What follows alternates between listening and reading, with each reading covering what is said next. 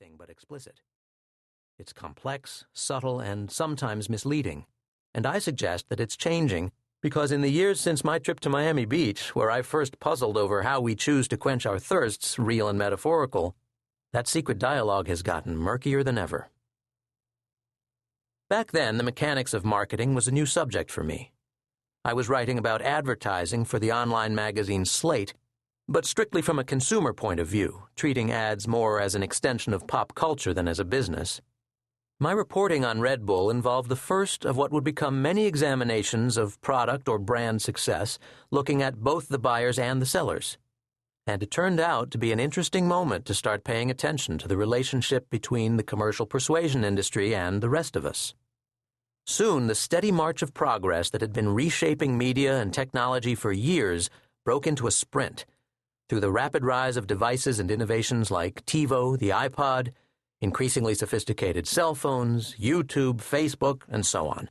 The landscape seemed to be changing every day.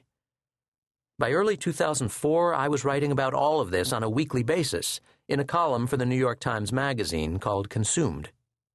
As with my earlier commercial critiques for Slate, my perspective still tilted toward consumers, but I was paying a lot more attention to the commercial persuasion side of the dialogue, as well as to the marketing experts and consumer culture observers and what they had to say about what was changing.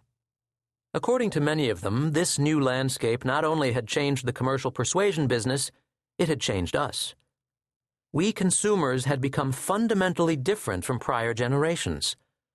Pliable citizens of the old passive couch potato nation had taken in advertising like an order. After repeated exposure to a particular 30-second TV commercial, the consumer of the past would compliantly go out like an android and buy Downy, or whatever, as one new technology guru put it. But right around the turn of the 21st century, this line of thinking went, a new consumer had started to appear.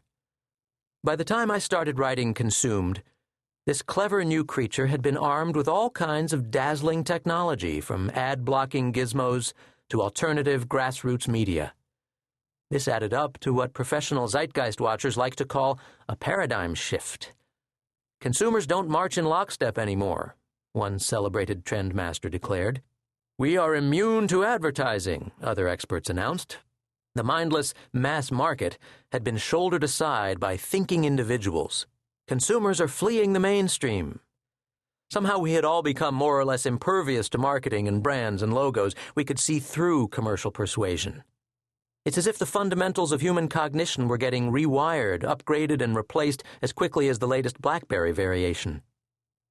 The only problem with this theory was that it did not match up particularly well with the realities of the marketplace that I was writing about every week in the Times Magazine. That disconnect between the theories I was hearing and the behavior I was seeing is what led me to write this book. I have come to see the mythology of the new consumer as counterproductive, both for marketers and, more important, for the rest of us.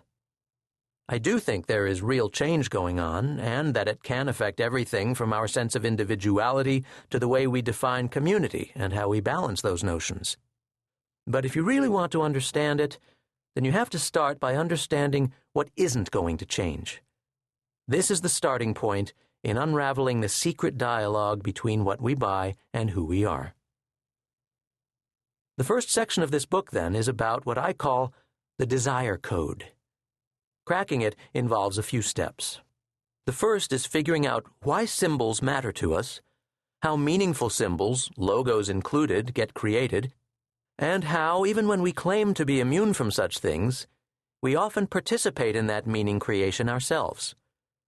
The second is understanding that in the 21st century, we still grapple with the eternal dilemma of wanting to feel like individuals and to feel as though we're part of something bigger than ourselves, and that most of all, we all seek ways to resolve this fundamental tension of modern life. The third is seeing how the desire, the need, to resolve that tension is at the heart of the stories we tell about ourselves. The fourth is coming to grips with who we are telling those stories to. And no, it's not about keeping up with the Joneses.